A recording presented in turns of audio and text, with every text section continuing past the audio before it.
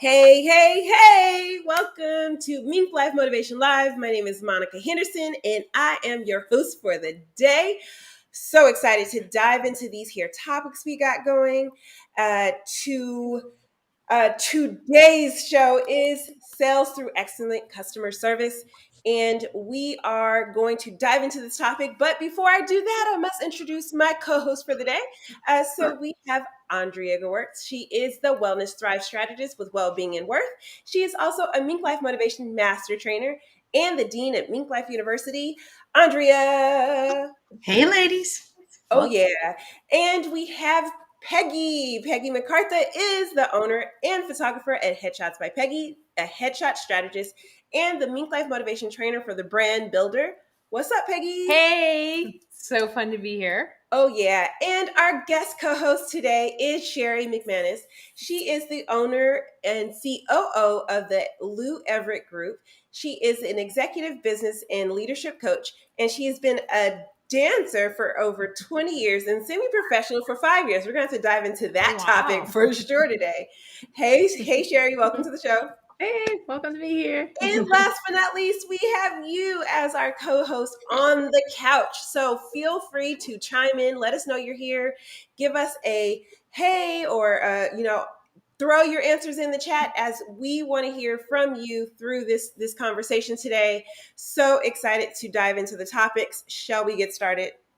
Oh, yes. So first things first, what is this about you being a semi-professional dancer? Yes, I was. I've been dancing since I was probably, 3 or 4 years old, thanks to my mom, right? Putting in the good old dance classes, tap, jazz, gymnastics, you name it, for many years. And then that has been a long time journey and passion of mine until I finally had to semi-retire due to just joint pain. Kind of creeps up after if you're doing it for so long. But I did do dance fitness as well and created that as a side hustle for a couple years. Nice. Not as intense, but still having a good workout with a combination of some stretching. That was a really nice way, because how many times have we been to maybe a fitness class where it was like a 1-2 kind of stretch and you get all warmed up, you're like, okay, yay, goodbye, and I'm like, no, like that's the best time to really stretch those muscles, and knowing from being a dancer, so I had the extra few minutes, and it really helped the ladies in my class to be like, wow, I'm not so sore the next day. I'm like, that's exactly what we're trying to do. So yes. So. Yeah, so I'm an ex-dancer, and I know it's like goals for Andrea to be. She's like, I would have loved to be a dancer. I think in one of the things at the conference, that was one of the things that she had brought up.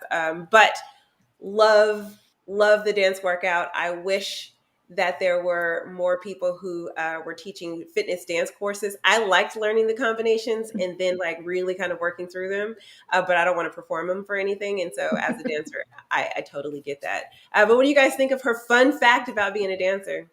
I think it's awesome. And it is true. I confess to I don't know how many people in whatever conference it was. Life's a blur.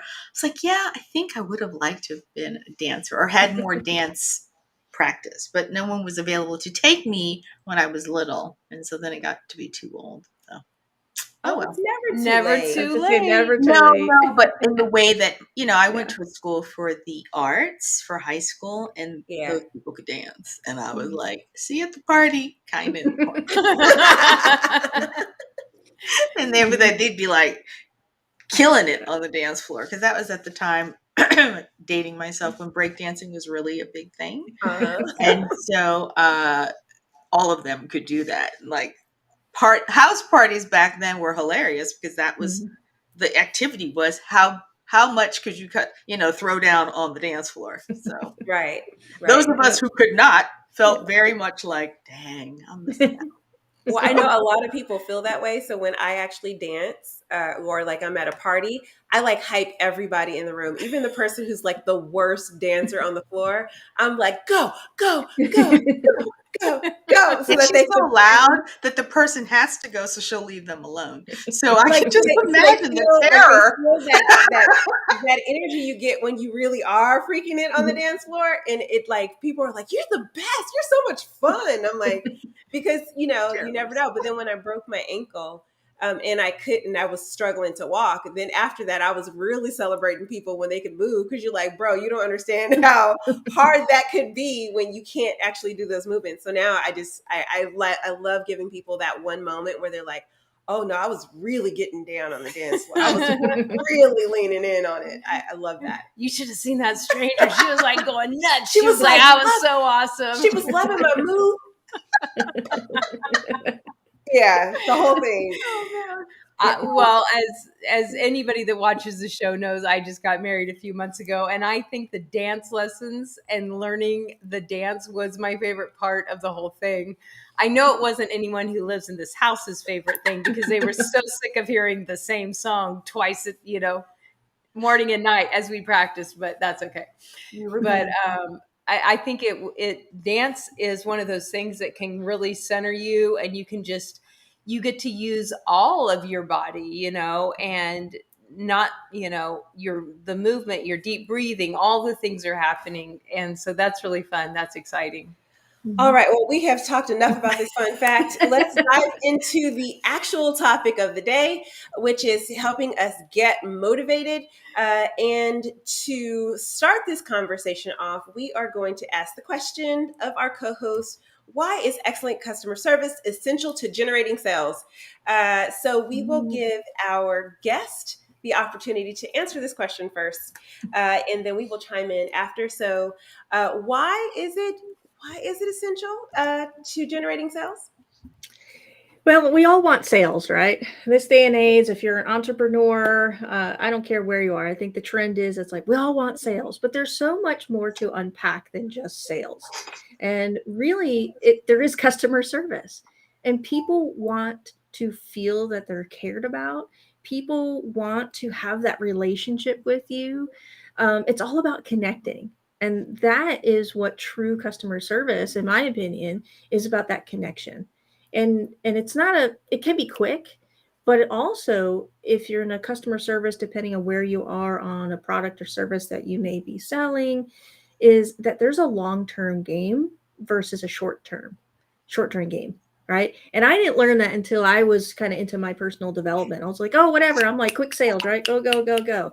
And then I realized that, yeah, they're quick as to some degree, but when you have that long game and you build relationships, that's where more people will talk about you. More people, in a positive sense, will share your information. Oh my gosh, you have to go to this person because they got the best product or service. And it's about, again, it boils down to that connection. So I think connection is what I'm all about talking about today. Oh yeah, Mhm. Peggy, did you want to chime in on what she was saying? Of course, I really believe in the customer service part of it. I was fortunate enough to be raised in an entrepreneurial family, and I always remember my dad. If he said something, he stuck to his word. If he quoted a price and it ended up being, wrong, and he lost money, he would still do the job with a smile. And, half the times the client didn't even know that he lost money doing the job, because he said it doesn't matter, because they're going to come back. Like, they're going to come back, and, I'll make it up. They're going to tell people about me. Why make them feel bad, or why trouble them? That was my fault. I'm the one that didn't do my homework, and I'm the one that didn't know what I was getting myself into. And that always, impacted me. Like, it's like, that's so true. It's more important that your customer leaves happy. They don't have to know, like, that had to jump through 15 hoops to deliver the thing. They don't have to know that these troubles happen. All they have to know is, oh my gosh, you did what you said, and even better. And oh, wow, this is awesome. And they love you. And I think that's the thing, because word of mouth is the most important marketing you could ever get. Because if Monica tells me something is good, or Andrea tells me something is good, I'm going to be more apt to check them out than if I see their ad on Instagram or on Facebook. I'm going to be way more apt to listen to Monica's opinion or somebody that I know and trust. And so keeping your clients happy is the best thing you can do for your business. You heard it here. I'm the person that you need to know to tell you if it's right or wrong. Just joking. But Andrea, did you want to He's kind of not try and joking. why that's important? I don't know if she's joking, everyone. I don't think she's joking. So, so why is excellent customer service essential to generating sales? I love this question. I like the way that, oh my gosh, I'm having a senior moment. Sharon, Sherry. Sherry. Sherry. Sorry, Sherry. Oh my goodness. I didn't take my vitamins last night. So, so the way you started that and posited that, because absolutely we all want referrals. And I want to add one thing to what you and Peggy said, is that it starts from the sales call. Can I just say that again? It starts with a sales call. You're delivering service even in that call, even in that investigatory moment between your prospect and yourself. You know, like you're checking each other out, trying to see if it's going to be a good fit. And it is, I think, crucial to begin your customer service process right there. And because that in and of itself, sometimes like that intake gets people buzzing about you even before they begin the service. And so I think that is key, and like sometimes we forget about that. And so that's my 2 cents on how essential that is. Yeah, I interview a lot of coaches, a lot of coaches through the conferences, and actually getting people onto the show. And there are a lot of times where I have this conversation with people who are like, "Oh yeah, I help people close sales," and I'm like, "Okay, awesome. Well, the conversation we're going to have is about customer service," and they're like, "Oh no, I don't do customer service. I talk about sales." And I think that is the biggest disservice to the person you are serving, the person that you want to actually have in your be your customer, by you not even thinking that that sales process, like Andrea was saying, is a part of the customer service. It is essentially the date before you marry them, right? It's that part where they're getting to know you, what your style is, who you are, and whether or not they're going to want to work with you. And so if you are thinking that, oh, well, no, I don't start serving them until after I get paid, you got another thing coming. You may not get paid if you don't actually think about that service that happens before. And the reason why I know this is true is because of my vast years of being in retail, where all of our service happened before they paid us, right? All of it. Before they even walked to the register to pay us, we had to give them great service beforehand before we were able to get money. So if you are in a service professional, usually it's the other way around, right? Like usually if you're a coach or a subject matter expert, or even maybe a technician of sorts, and they pay you and then you start the work. Understand, take a note from the retail space and understand that that process before they get to your register is actually what they're buying, not what happens after the fact. So that is a lovely conversation about it. I think we can keep moving on because I feel like this panel, this set of co-hosts are like raring to go for the next question.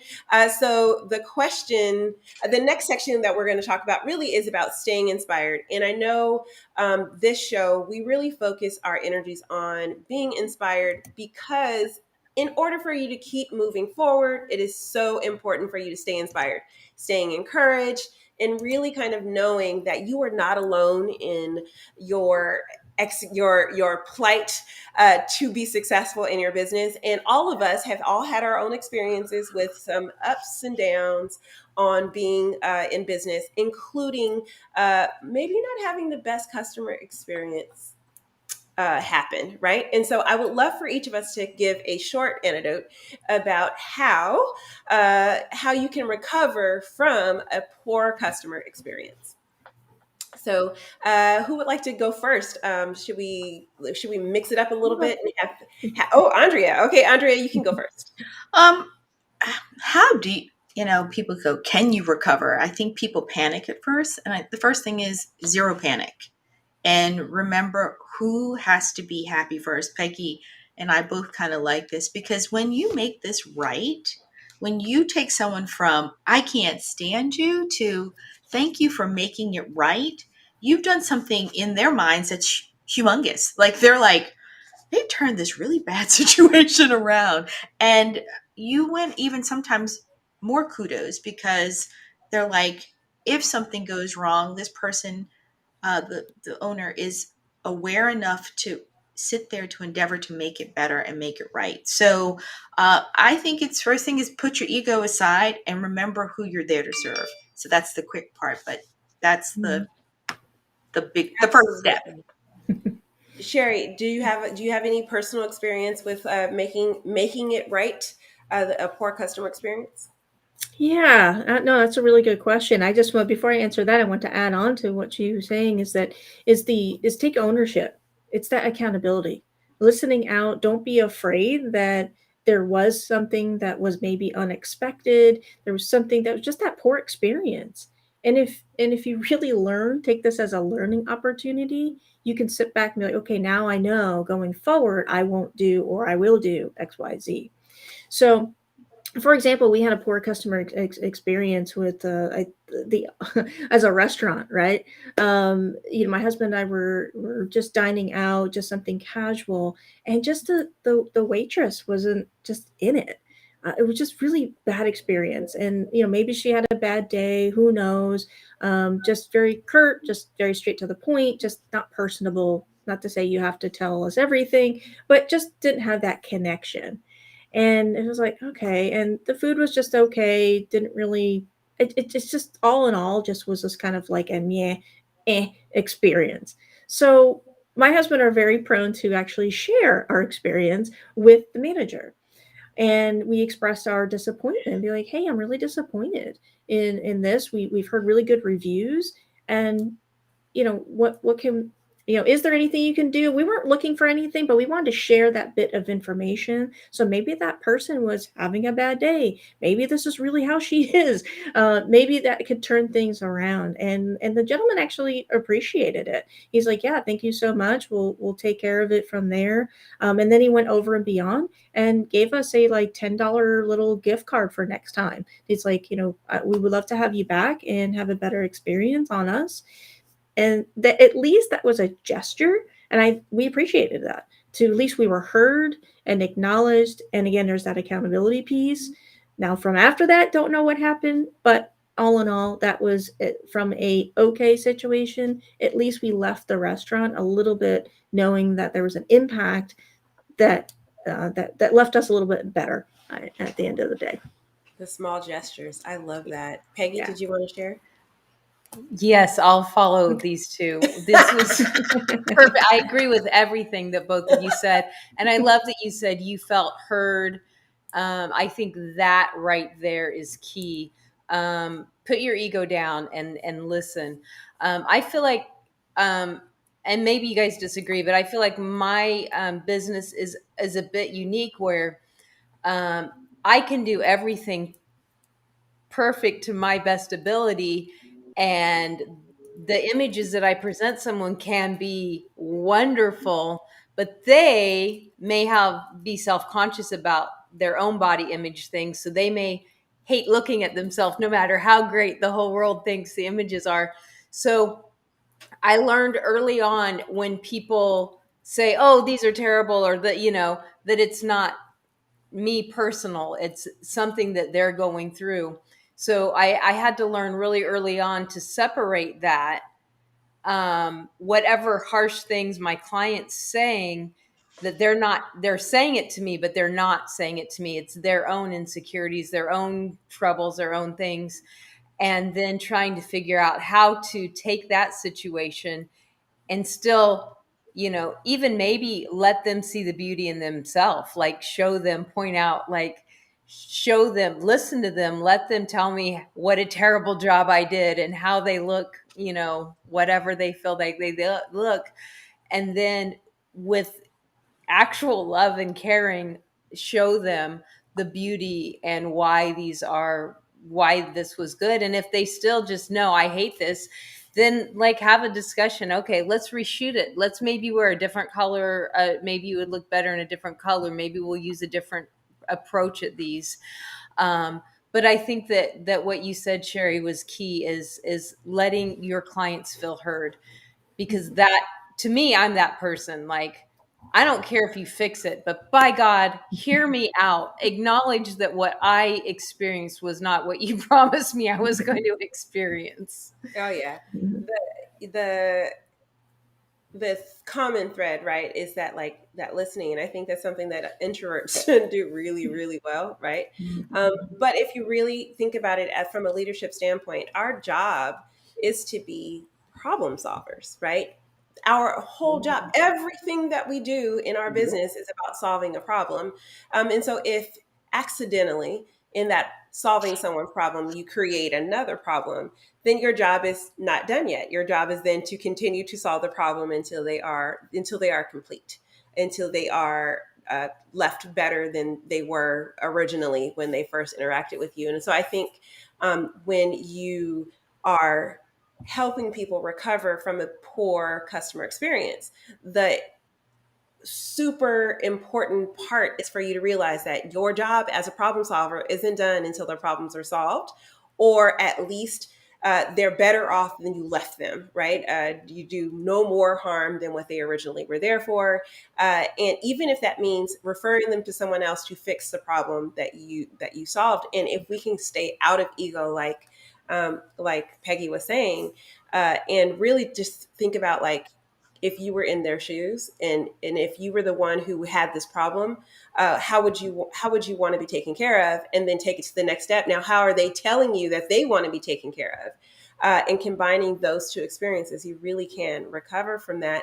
And like Andrea said, when you can make someone become a raving fan after you royally messed up, then that person becomes not only a customer for life, but they become the best kind of advocate, because everyone can sing praises from great experiences. But when you can turn a bad experience around, that really says a lot about your character and who you are and as a company. And so it's so important to kind of dive into um, that process almost in like, oh, I've created another problem. Well, that's not what I want for you. I will be so happy to fix this for you, and kind of be almost grateful for the opportunity to be able to fix it, because there are a lot of people who have bad experiences who say nothing to you. We'll wait to put it on a website and just let you kind of hang out there as just horrible person. But when you are given the opportunity to fix a problem, you should almost be overjoyed that you were given that second chance in the first place. They clearly wanted you to be better than you were, and they're giving you the option to make it a better thing. So we got to keep this train moving, and it's my job to make sure that we do that. So we are going to dive into our next topic, but before we do, I want you to make sure that you understand that in Mink Life Motivation, it is all about keeping networking, and it's not about really who can I hand my card to, but it's more about who can I'm messing up the controls here. It's fine. Who can I ask for help? And so today's question is really about that. Who should you surround yourself with when improving your sales and customer service skills? So we will let our guest go first this time. So who should you surround yourself with? Yeah, no, that's a great question. So we need, as leaders, as a person, uh, you need to surround yourself with people that lift you up. We all have what I call them. I learned is sandpaper people. You have people that just kind of grind on you, that just kind of like that brings your energy down. They're sandpaper. You know how just rough, right? Well, you don't want those people in your life. You just don't. And it I just like brings that. your energy down. Yeah, Sandpaper. sandpaper people. That's you good. want you want to have people that lift you up, that feel energized, that want to have that motivation. So it's almost as if you can just do anything. Those are the type of people that you want to and should have around you. And it doesn't have to be a lot of people. It can be a good a handful. I mean, look at this group here. I mean, you ladies are fantastic. Just the three of you alone, if you didn't have anything else, I'm sure you'd be all uplifted the rest of the day, week, and years to come. Pretty much. Yeah. So that is something short and sweet, is to that you want to have that feeling and to be intentional on who you or put yourself around. To Do they deplete your energy? Are they sandpaper on you, or do they feel uplifting to move forward and just keep gravitating towards that positive energy? I feel like the opposite is like, is it a sandpaper friend or a silk friend? Ah, yeah. Silk and smooth, and let's just get it all like. Yeah. We had that conversation before we went on camera. Monica's my sandpaper friend. Go fix your face, Becky.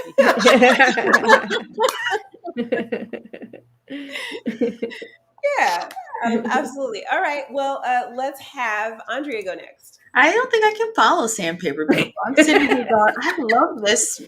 Hashtag sandpaper people. There you go. No, I'm going to hashtag it because I love it. I think that is so true that as entrepreneurs, you really need those people in your corner who will, with kindness, be constructive, of course. Like Monica and Peggy are having a moment over something that happened this morning, and I'm not even following, right? But the thing is that they're like, oh, you've got toilet paper on your shoe, as much as you have people that are like, you can go do it. Here's how I can help. And then lastly, the facilitators, the people that really can actually take a struggle that you may be having in any of these areas and turn it around for you. And that could be a variety of people. Yes, you have the supporters, but then sometimes you actually need people to manage your customer service and things like that. So you might need a VA. They become an important part, let's say, as an example, an important part of you delivering a smooth experience to outwardly for your brand and things like that. So knowing when you can't do it by yourself anymore and need to hire that person, you need those friends who are constructive, like, girl, your hands are full. You actually might want to get some help and pay for it, because you're going to stop making money if you think you can juggle all of these baskets by yourself. So true. Like for the people in the rafters, like so true. All right, Peggy, what about you? I agree fully. You need to surround yourself with positivity, but you also need those people that will knock off the rough edge, the thing that, your stubbornness. I can do it all myself. No, you need help. Or maybe you don't see that you are being harsh, and, somebody to kind of say, hey, I know that you're irritated, but you didn't really say that to your client, right? Like, you're just venting to me. Like, that's, oh yeah, you're right. You're right. I love my clients and I want to give them the perfect experience. And, so it's good to have those people that will be honest with you and call you out on your, can we say BS? Yeah. Call you out on your bullshit. Because we all have those moments where, we're frustrated too. We're all humans, just like, our clients may be having a moment. We may be having a moment. So we have to step up and say, nope, it's all about you. I'll have my moment in the closet later when nobody's home. Yeah, it's good though to have that loving positivity that's going to push you to your potential. Yeah, that reminds me of the conversation that Andrea was having before about mirrors and maps, right? And having friends who are. I tried not to go there, so I'm glad you. We called it out for you. But having your friends who are going to literally show you who you are and like, yeah, I know you said that, but girl, look this backside of you though. Let me just show you that this. Is not necessarily that awesome, right? Or the people who can guide you through how to do things better. But what I would definitely say is, learn to love the people who don't like what you do, because their intel. They're going to tell you exactly why. And if you get really good at not talking, you're talking them out of giving you good of why it sucks. I always say grab some popcorn when someone's like, I did not have a good customer service experience. Okay, it's time. Grab the popcorn. Be ready for the show because they're going to give you all the goodness you need to know about why you didn't do it well. And that allows you to never have to make that same mistake again. That allows you the information you need in order to actually not have another person have that same complaint. And if enough of those people do that, then and you are so excited to hear that information. And literally, when someone's like, I don't really think your product is right for me, and I go, "Ooh, hold on, wait a minute, let me grab a pen, let me write this down. Please tell me every reason why this was not good," which is why I always say, are there any questions, comments, or rude remarks? And a couple of times people have been like, why do you ask for rude remarks? And I'm like, because the rude remarks is really where I actually learned something. The questions give me great intel because I didn't clarify enough. The comments help me a lot as well. And those rude remarks is someone being like, you know what? This is what it is. And there are haters, don't get me wrong. There are people who are just going to try to tear you down, those sandpaper people who are intentionally trying to wear you down to nothing. But even in their statements, there's some truth, right? There is a grain of truth in that little sand that they have on their Always. paper. And so it's important for you to listen to it, consider the source, consider where they might just be hating on you, right? But where they're like, well, and you didn't even do this. Oh, well, maybe there's something to that. I didn't even do this that will actually help me be better in this space. So really, I guess the answer to this is kind of keep all the people around you, right? Keep the haters, keep the lovers, keep the silky friends, keep the sandpaper friends, like keep all of them around because ultimately hearing what people are saying is really going to make the biggest difference. I think the key that you just said was consider the source. Consider Hear the it source. all, but consider Consider the the source. source. Oh yeah, look at that. You just crystallize that. This is why great minds, like the collaborative brain, makes it really, really good. All right, so we are in our last segment, and we're gonna, as Annie from our conference said, lightning round. So we're going to help everyone gain a little more knowledge about this. And to do that, we're going to ask the question for you to share one tip to maximize profits through customer service. And we will start with our guest first. Sherry, what is one tip you can give to maximize customer service? Well, the customer service experience starts out right from the get go. And I think we mentioned that earlier already in this conversation. Just because they bought a product, they were already sold ahead of time, even by the maybe your presentation, your tonality, your warmth, your smile. I mean, there's so much more that goes involved if you're doing a face-to-face situation or even if it's on the phone. Having a smile, as simple as that, but really having that connection with your person for your audience is key, and that will lead into those sales that we all want all the time. Oh, yeah. Peggy, let's have you go next. I'm going to say customer service starts with your headshot. It's your very first impression. It is the first thing they see and know about you. And it needs to go, just like Sherry said, from the very first impression all the way to the handshake goodbye. So that's my tip is think customer service literally from your headshot on. Okay, Andrea. Well, I'm going to go, yes, Peggy. See you soon for that. And at the same time, Sherry said the same thing about, it starts from the way you answer the phone. It starts from the way your video greets them. It's those, I guess, the first impression is the thing that comes up that encompasses all of it. But it's really important, I think, from the minute someone has taken the time to book that call and wants to speak to you, that that's the this is showtime, people. You better be on your A game in that moment, and really listen to inform. And you know what I love is, like, I think people really appreciate when, if they're talking to you and they're going on, I need this, and you go, I have a better source for you. My expertise ends here. They're like, but wait, How come you're not going to do it? This has happened to me. And I'm like, I think you'd be better served if you went here. And once you've gone here, then maybe come back and see me. And they're like, that's so weird. And I'm like, no, I just know that you'll be better served here first. And then, please keep me in mind when you're ready to do your next walkabout or whatever. And so they're like, oh, okay. I think even having that, largesse in the beginning is important. So, Oh, yeah. And what I will say is actually, it starts with mindset. And I know that sounds really funny coming from me, as I'm always like, what? But before you even get the opportunity to have the conversation, you must first set yourself up understanding that how can I serve? How can I give? I may not be the solution, like Andrea was saying, but if you can set your mindset of, I am here to listen to how I can help them solve the problem that they have, right? How can I help them find the solution to the problem they have? Then you will absolutely be able to maximize your profits through this customer service because you will be a solution giver. You will be the hero of the day, and people will want to buy from you or the people that you refer to.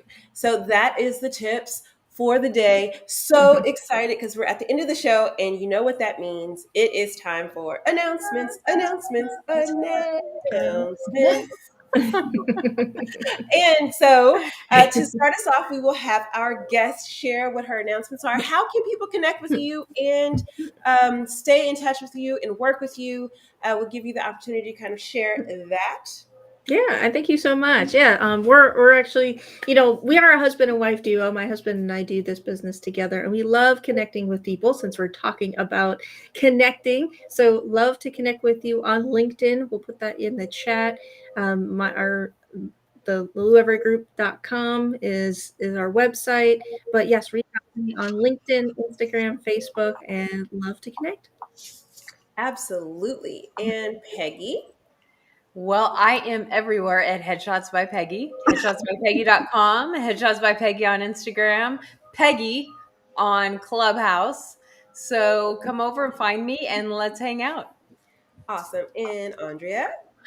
well, thank you for putting my Facebook group is where I do a lot of my magic and my conversations. And most recently, I have decided to use YouTube as a place to do this 53-day challenge that I've put forth for myself. So I would love for you to find me on YouTube. Peggy's going to help me actually tell you where that is. But if you just look up my name, Andrea Gewirtz, I think there's only one of me. So become a subscriber so I can actually put like a little byline on YouTube. But I'm doing a 53-day wise woman wisdom moments. I started yesterday because it's 53 days from yesterday to the new year. And it's also to celebrate the fact that I just entered my 53rd walk around the sun. So stay tuned. There'll be all kinds of wisdom moments about that. And of course, join my Facebook group so we can have some more conversation and connect.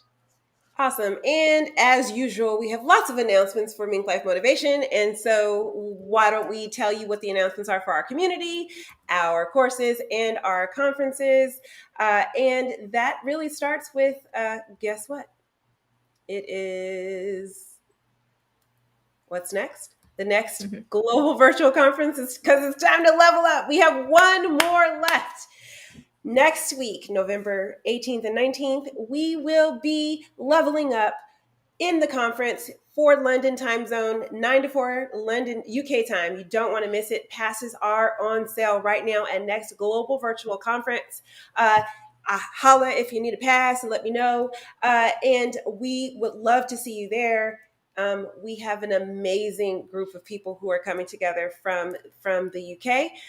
Also in our community, every single day, 6 days a week, we are coming together to help you clear your to-do list by using time-focused work segments, be free to do what you love by creating more time in your day, and have all the support you need by working with trainers, coworkers, and independently.